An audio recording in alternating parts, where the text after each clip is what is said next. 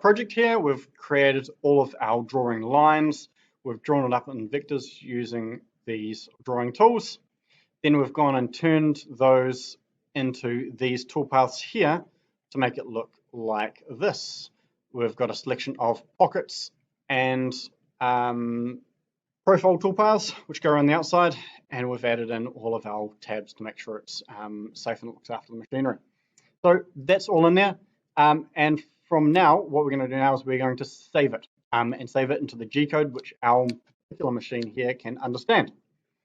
Now before you do that, it's always good to put these in order of their different toolpaths that you want to cut them out. So the first thing that I want to cut out is that phone, and then the ring which goes and sits inside that, and then this main outside.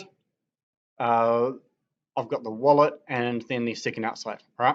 So a really good rule of thumb is to make sure that you do an order from the inside out and all the pockets first before any of the outsides that are connected to that. All right, that's pretty much that.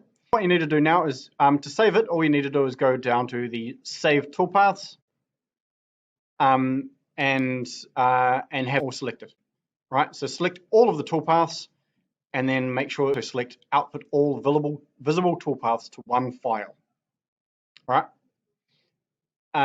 and after you've done, all we need to do now is select our correct processor. Now, for us, for our machine here, what we're wanting to use is we're wanting to use the machine which is Mac23. Now, it is ATC arcs millimeters.txt because we want it to be in a text file. All right, so this is how we do it, and don't bother selecting direct to machine. We're wanting to save it as a file. So we just save that toolpath, and then it'll ask us to save it to a place. I'm saving it to my CNC file.